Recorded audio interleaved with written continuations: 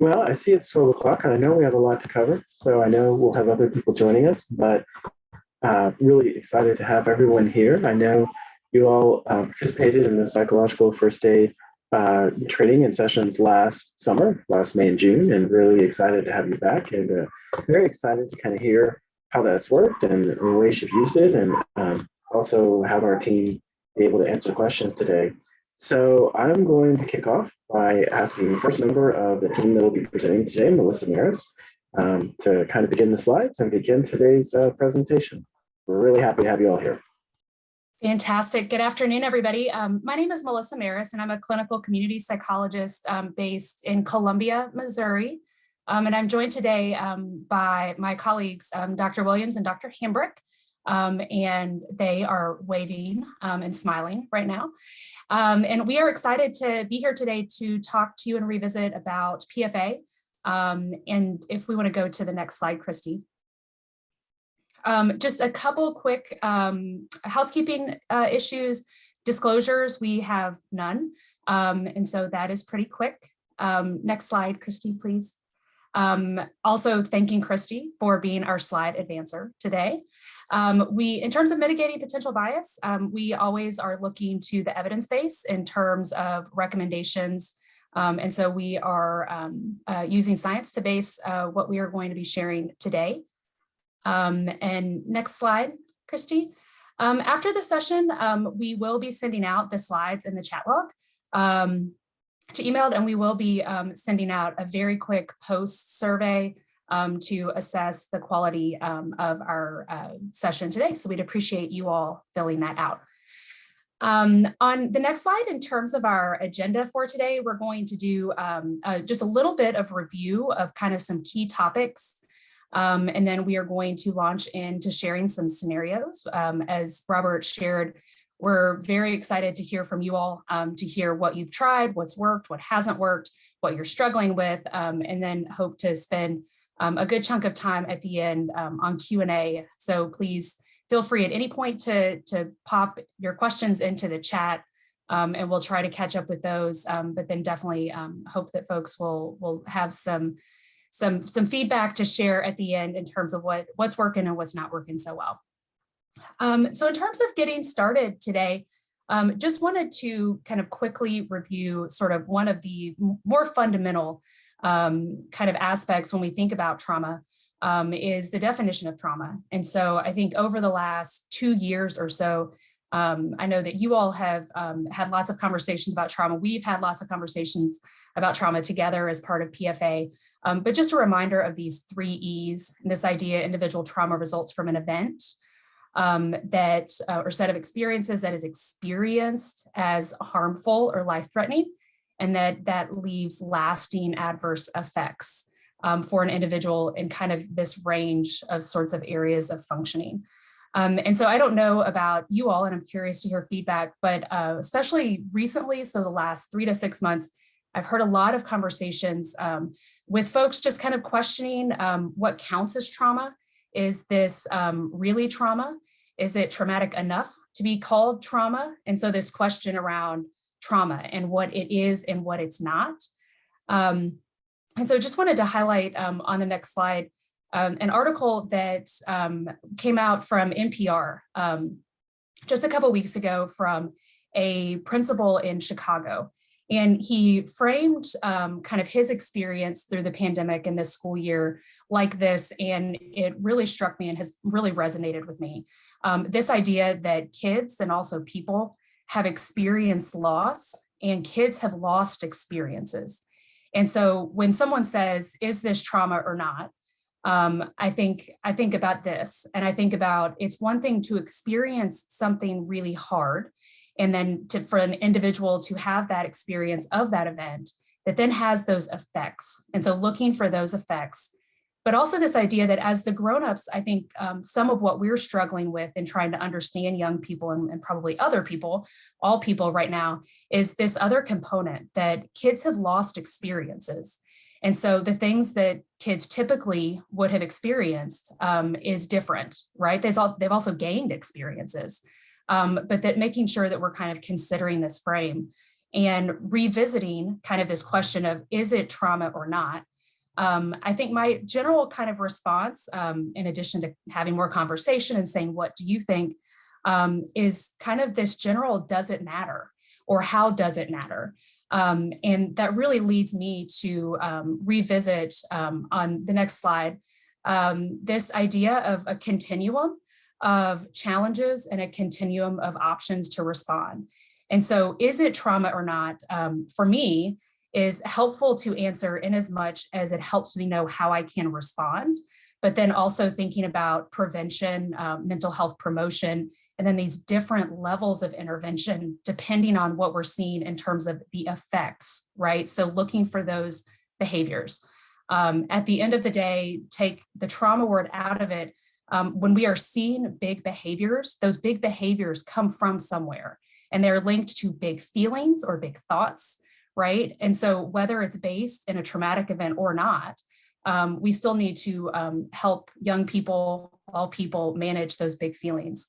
So just kind of a reminder here that when we think about trauma and the different sort of continuum of interventions that are available, psychological first aid, which we are revisiting today, is really considered primary prevention, looking for acute interventions available to all trauma-exposed youth and families, and really a good solid set of tools that can be used in a variety of different circumstances. There's nothing about PFA that is going to hurt anybody if in fact you are seeing big behaviors that are not linked to trauma. And so the PFA tools really are universal, but then also just a reminder that in terms of skills for psychological recovery, being secondary prevention, then also these tertiary prevention kinds of approaches, so TSCBT, PCIT, there are additional approaches that are available if needed, right? So kind of trying to target the solution based on the challenge, right? And making sure that we're trying to offer that primary prevention that can go the furthest with the least effort first to try to prevent further problems from evolving. So if we can go to the next slide.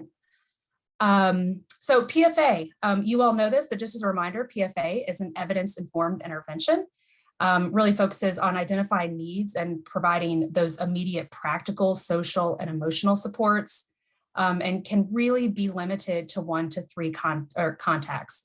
And so, as you all know, there are lots of resources available for PFA. Joe and Aaron are going to highlight some others. But just wanted to kind of, again, lay the groundwork that that's really what PFA was intended to do, and kind of the recommended use for PFA. We can go to the next slide, Christy. Who can deliver PFA? So PFA was purposefully designed to be delivered by nearly anyone. So it really is intended to be delivered by the community, to the community, for the community. And so it can really be used by any variety of professionals. It's not required to have a mental health or behavioral background, which distinguishes it some from other interventions that would be more focused kind of along that continuum, but really is designed to be given away as much as possible so that more people can be equipped with those different tools. We can go to the next slide, Christy. And where can PFA be delivered? Lots of different places, basically anywhere. And so we are excited to talk with you all about some scenarios and ways that PFA has been applied, and hear from you all in terms of what you have learned in your work since the last time that we connected. And I think then, Joa, I am handing it over to you. Sure thing. Great. Thank you, Melissa. And it's good to see everybody back here. I see some names that from last summer and recognize some faces. So it's good to see everyone here. And I really am glad that we have the opportunity to come back and regroup and really hear a bit about what it's been like trying some of this and the work that you're all doing. And I think these kinds of refreshers are particularly valuable, and that it kind of, again, just helps reorient us back or anchor us back into some of the essential steps of PFA that I think are so critical in the work that we do, as we try to broadly consider a range of needs for youth and families that have been exposed to a variety of different kinds of events, as Dr. Maris said. And so just to kind of recap and think a little bit about what are sort of the core ideas, the core principles of PFA and psychological first aid. As you all might recall, really there are 3 core actions that we arguably want to make sure that we do with most folks, right, under most circumstances, along with several other sort of optional steps, skills, or modules, if you will, that can be helpful for folks, depending on what their unique circumstances and needs are. So when we think about what psychological first aid really broadly sort of teaches us, it teaches us to step back and ask, what are the needs of the folks that I'm working with, the family, the children, whoever I'm working with? What are their needs in terms of how they're experiencing this event and the impact of this event on them? And if we can sort of go in, I think, from that place of trying to better understand that, we can begin to sort of select from all the different actions within PFA to think about how to make ourselves most useful for the folks that we're working with.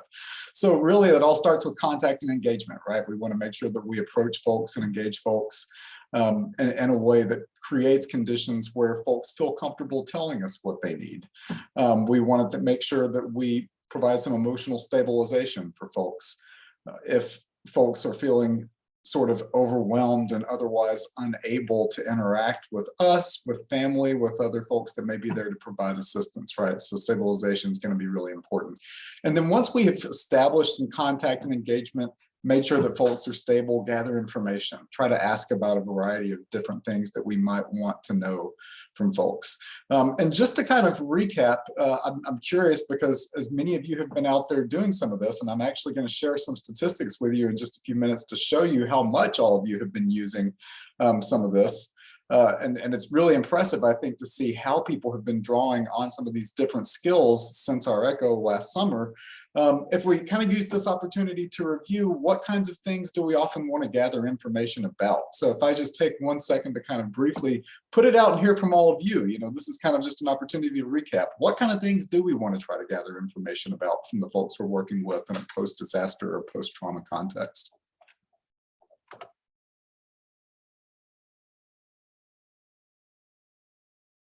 And you can jump in chat or unmute, whatever feels best.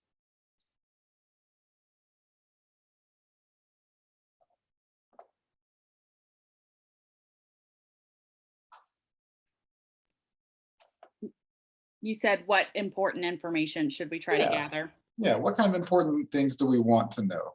Right, are you safe? So yeah, Connie, I appreciate that. Thank you for jumping in here, right? Are you safe right now? Safety is going to be huge. And that can range from just making sure that you have a safe place to stay, to that you feel safe, to whether or not you perceive being safe if we're talking about circumstances involving violent crime, for example, where there may be a known perpetrator that's still on the loose, right? So there are a lot of things that are important in making sure that we sense whether or not someone is safe. All of those things affect a person's emotional well-being, physical needs, right, regarding physical safety, medical care, just basic needs in terms of making sure that you have support, right? So social support. Janice, appreciate you saying that. So making sure that you have people there to help support you in different ways. Right. So, I mean, are your just basic needs met in terms of whether or not you have access to food, medication? So many things that are important when we think about safety, and it just speaks to the range of things we want to ask about when we gather information. But then we want to try to make sure that in that contact, we ourselves are trying to create conditions for safety and comfort for folks, providing that practical assistance if there are concerns about food, other kinds of just basic needs, help connect people to the social supports that are important to them. And then give information on coping for folks. And so again, just to kind of review and recap some things we talked about in last summer's ECHO, when we talk about information on coping here, we're not necessarily talking about traditional debriefing kinds of things where we're really processing trauma with people, although some folks may want that from us and may want that in the contact they have with us, and we need to be prepared to do that. But often I think just normalizing and giving folks information on their experiences and what they can expect from that long term can be really, really valuable in the context of these early interventions. And then linkage with other collaborative services when folks need things that we can't provide ourselves in the immediacy of that contact, right? So there's a lot of things we can do with this very flexible, wide-ranging intervention. And one of the things that I think is really, really exciting to see and is to just how much all of you have been using all of these varied sort of activities and just sort of different actions and the work that you've all been doing since our last echo. So one of the things that we sent around when you registered was a pre-survey that asked some different questions about how you've been using some of this stuff. And I just want to say that we really appreciate that feedback from all of you. And we appreciate you taking the time to do that, because I think it's personally really exciting to see what kinds of things you found to be most helpful in the work that you're doing. And I want to share with all of you kind of, just some data here that I think speaks to how much you've been using some of these different strategies and with the youth and the families and with kiddos and families that you've been working with. So if we go to the next slide, to kind of share with all of you what this has looked like for each of you and sort of collectively since our last echo. One of the things that we asked on the pre-survey was which psychological first aid actions you've used. And not surprisingly, right, thinking about the things that are really, really important and really core: contact and engagement, stabilization, information gathering, the things that really are essential in setting the stage for the rest of that contact, are the things that folks are really using the most and kind of drawing on some of those principles. So I think that's really terrific and sort of just, anchors the work that all of you are doing in that PFA model, in the spirit of that PFA framework. So 61% of folks said that they, specifically tried to kind of draw on contact and engagement. Of folks that responded, 38% said that, information gathering alone was actually something that was really helpful and really valuable to do. In terms of just, even stabilization, safety and comfort, 46% of folks said that they use safety and comfort, 54% said that they use stabilization in some way.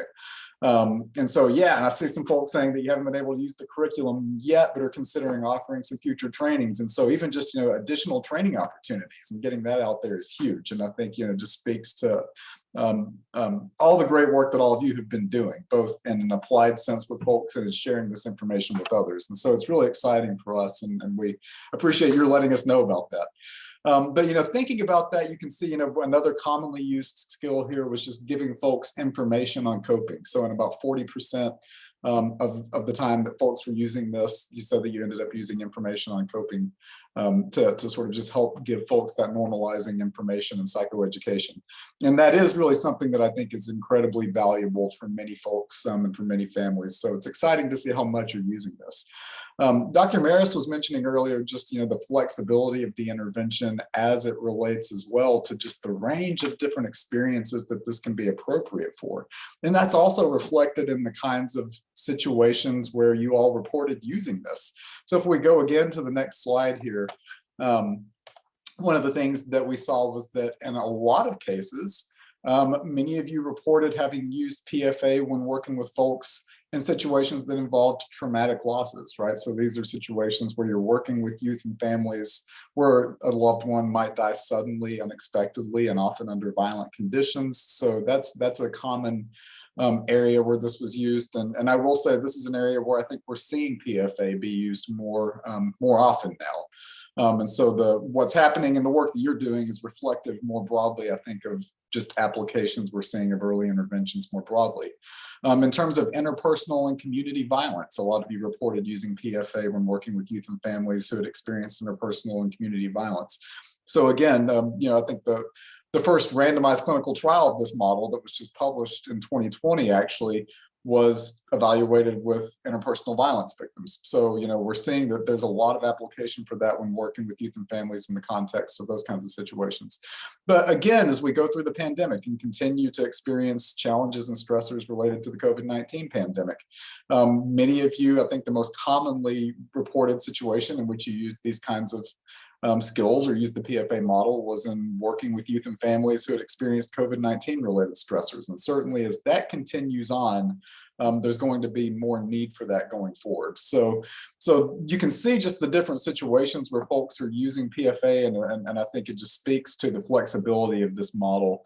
And it's really encouraging. And again, I think exciting for us to see, how many different situations and circumstances all of you are using this model to really to the benefit of the folks that you have the opportunity to work with. So we're really excited about that. One thing that I will also just kind of briefly mention here before I then hand things off to Dr. Hambrick to talk a little bit about recapping just some situations and some basic parameters around how we want to think about approaching PFA as providers, is to also just remind all of you that as you continue using PFA in these different situations, can remember to continue to draw on the resources that are available out there to help make PFA part of your existing toolkit. And so if we go to the next slide, one of the things that I just want to kind of briefly mention and remind all of you about is that there are a lot of resources out there in addition to attending pop-ups like this, where we can kind of talk about cases and kind of remind you of some of the core action skills and the basic rationale for some of these different things. Make use of the other sort of interactive and very just tangible resources and skill and tools that are out there in using this work. So when you're doing education, doing psychoeducation, or giving families information on coping, for example, remember that there are some really, really great handouts in the PFA manual that include a lot of handouts on common reactions for trauma in both children and adults. And so that can be really helpful when you're working with parents who are concerned about how their children are responding to things, or just even if you want to give children or older, kiddos and adolescents some information. There's some really good developmentally adapted, tailored information there. So make sure to access that, continue to use that freely. PFA app, again, I don't know if any folks out there used PFA app. If you did, I'd be really curious to hear what your experiences with that was. And some of the circumstances when you use that, how that went for you, and others here would probably be interested in hearing that as well. But that's a good way to use some of this if you don't have actual handouts printed off or anything like that. There's good information in there that you can draw on in real time. And of course, the NCTSN, National Child Traumatic Stress Network's online PFA training is available. And so that's something where you can continue, of course, to get a lot of really good, additional training and supplemental support for the things that we're talking about here today. So I'm excited to be able to share some of that data with you and see ways that you all are using that, and just wanted to remind you all of some of the great tools and resources that are out there to help support this ongoing work as you continue to translate PFA into practice. And so I'm going to hand it over to Dr. Hambrick a little bit to kind of recap a few things about just some basic conditions under which we want to do this work. And then we'll talk a little more with all of you about some of your experiences with it and think about some cases. Yes, thank you. And similarly, it's so great to see a lot of you back. And I love seeing, I think it was Chad's comment about maybe doing some trainings. I mean, to us, that's like the perfect outcome of doing something like this, is that, we would spread information and then it would continue to spread to others. So those of you who are on this call today are, I'm going to overgeneralize, right? But, you're probably the type of people who are committed to your work. You're committed to doing your work to the best of your ability, even under really tough conditions. It's hard when everyone around us is experiencing trauma and pandemic related stressors. For starters, it's just hard.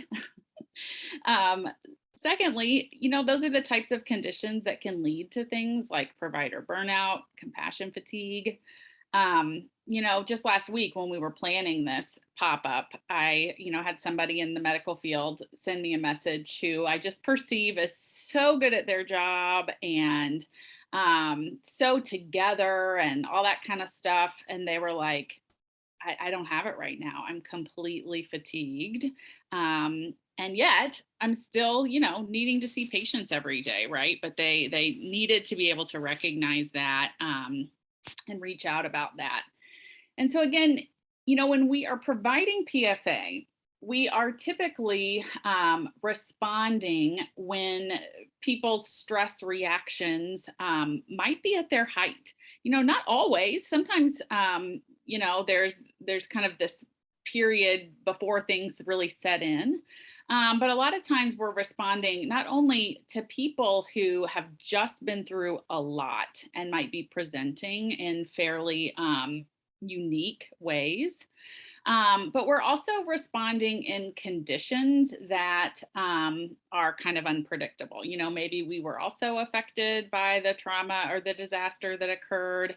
Maybe we've been asked to come do a consult very quickly, right? And we've been pulled out of our regular routine, and we've got a ton of things on our mind about what we have to get done for a given day.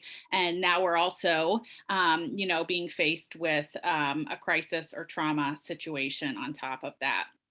And so I just wanted us to really just refocus on some of the characteristics. Well, I wouldn't even call them characteristics, but some of the fundamentals of PFA response, right? And when you're doing PFA, you really need the ability to be able to work in chaotic and unpredictable environments, and also the ability to recognize that your ability to do this might be quite strong one day and quite weak another day, just depending on your circumstances or the nature of this current trauma or disaster.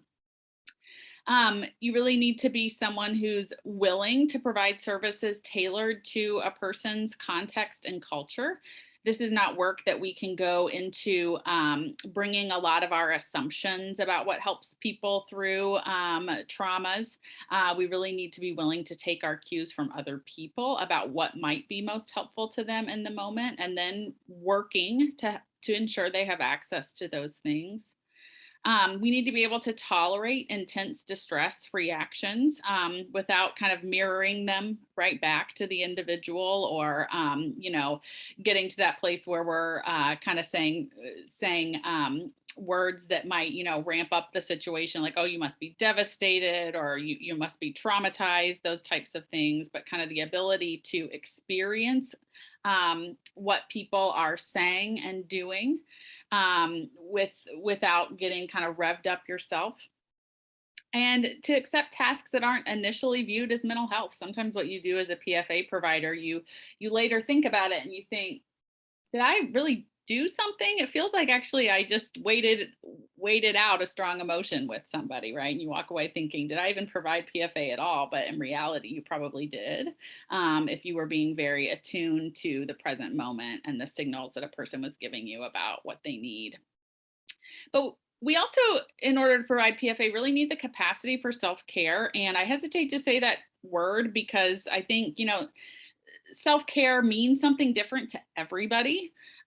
So what I do for self-care isn't going to be what somebody else needs for self-care. And also, I think sometimes self-care kind of gets this rap of like something additional we need to do, right? So in order to have self-care, we must be able to make it to the gym at night, right? Like sometimes that stresses people out more, and they're thinking that would actually ruin my day if I had to find space to get to the gym. So if we'll move on to the next slide. I just want to remind you all of this framework that I think can be helpful when you're trying to prepare yourself to provide PFA. And it's the pause, reset, and nourish framework. So this idea that sometimes providing self-care for ourselves is really just being very present and aware of what our current mental and emotional and cognitive state is. Changing it if we feel like it's changeable, and maybe backing out of response for a while if we feel like it isn't very quickly changeable or remediable. And I also think just the willingness to do this, and sometimes even the humility that it takes, is an important part of the process as well. And so when we think about what the three different aspects of PRN mean, right? PRN as needed in the medical field. This really is something we should be doing as needed, both preventatively and in the moment. But the P stands for pause, that ability to just say, all right, I'm going to take a second, maybe before I walk into this room where I know someone who's just experienced a crisis is sitting and waiting. And I'm going to pause and I'm going to kind of figure out where I am. How scattered am I? What's my attention like right now? Gosh, what's even my heart rate right now? Right? Sometimes, I wear my Apple Watch now and I'll look down, I'm like 95, like what's going on? It's kind of a clue that maybe I've been bustling around and need to check in with myself for a minute.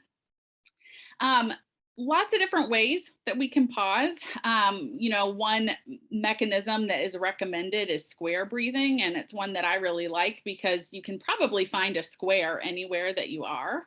So right now in the room I'm sitting in, there are some pictures on the wall, and those, rectangles and squares work for this. And, you just start at the top of the square and you breathe in for 4 counts, and then you make it to the side of the square and breathe out for 4 counts, and then the bottom, breathe in, and then the side, breathe out. And if you start using this one intentionally, sometimes just even seeing square shaped objects in the hallways that you regularly pass through can remind you, take a second to pause. And once you've paused, you'll have a little bit of insight into where you are probably, and what might be a good activity in terms of resetting yourself if needed. And so if you notice that, yeah, gosh, that breathing exercise was hard, my mind was scattered, I had a hard time focusing, try to do something brief to settle yourself. Maybe you walk outside before you meet with somebody. If you're working from home, maybe you've got an animal nearby.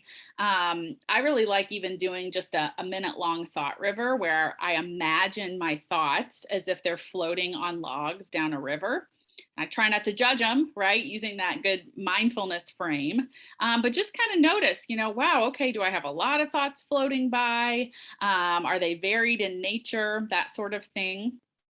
And then once I've taken a moment to settle, to try to reset, if I have the time right then, I might try to do something that's actually nourishing, that's refilling. So some people have really gotten into gratitude journaling, which I've enjoyed even doing with my family lately. Calling a friend, right? Doing something that actually fills your bucket. And I would also recommend, if you don't have time to do the Nourish type thing right then, put it into your planner, right? Dr. Williams talked a lot about positive activity scheduling and the skills for psychological recovery modules that a lot of you joined us with, and how important it is to actually schedule positive activities, even if they're quite short in nature. Sometimes it's short, actually most of the time it's short, frequent breaks that are much more helpful than long breaks. There's even been interesting research that while long vacations might be really fun, they don't recharge us any better necessarily than that 3-day break, right? So short and frequent is really what we need when we're doing this type of work. So we're gonna move to the next slide, and just wanna have some of you all weigh in. Well, wait, not word cloud yet. This is a little graphic that Dr. Maris found that I wanted to put in here because, again, just part of that pausing and noticing. I think some of us work in settings where we get a lot of trauma input on a daily basis. We're probably pretty used to it now, almost kind of like how if you live with a chronic medical condition, you kind of adjust to like the amount of wheezing that you experience on a daily walk, that sort of thing. It kind of becomes your new baseline. And so I think this can be another good thing to do, just to help pause and get a sense of where you are. What does your day start with? What is your level of trauma input? How might that explain how you're feeling? And what are some things that you can do frequently throughout your day to kind of mitigate the known effects of that exposure? I mean, we really know that nobody is impervious to these constant trauma signs and signals. No matter how much we are fulfilled by the work, those things don't have to be exclusive. Next slide, please, Christy. So we wanted to give you all a chance to weigh in here to give us all some ideas. We've got a word cloud set up, and I want you to just go in and mention how you nourish yourself when you notice burnout or compassion fatigue, or if throughout your day you notice that you really need a reset. So we'll give you a minute to work on that. Robert has put the word cloud link into the chat.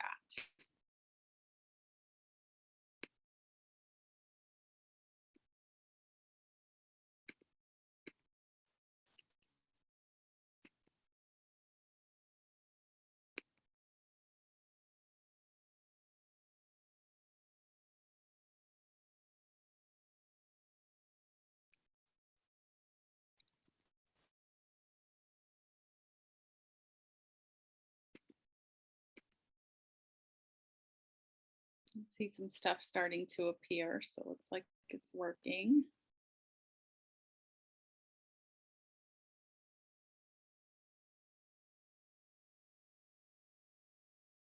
Rainbow walk, self-talk.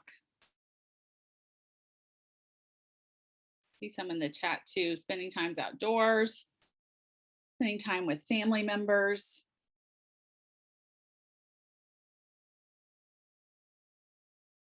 Hydrate, yes. I find that on days when I'm doing a lot of Zoom, it's weird because it seems like it'd be really easy to drink plenty, but in reality, at the end of the day, I'm actually kind of dehydrated when I don't intentionally set myself up for success. A lot of walking. I think that physical bilateral stimulation can really be so soothing and regulating. Breaths, self-talk, improving our self-talk. Absolutely. I mean, how many times during the day do you notice all I can think is like, I'm so stressed out, I have so much to do, you know, and what if we intentionally took a minute to flip that into, you know, I can do this. I managed this amount of work yesterday too, right? I've done this before. I have what it takes. I love all the references to nature. Even just last week, somebody in our group was sending around information on really how healing spending time in nature can be.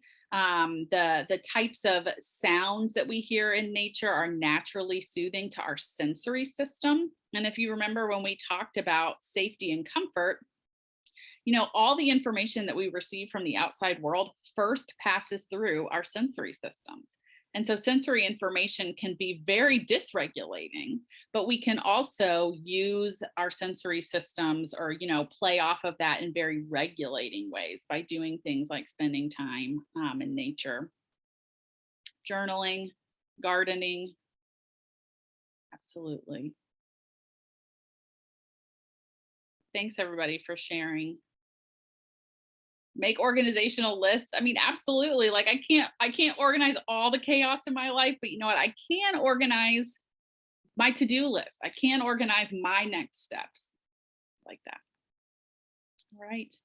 Thanks everybody for participating.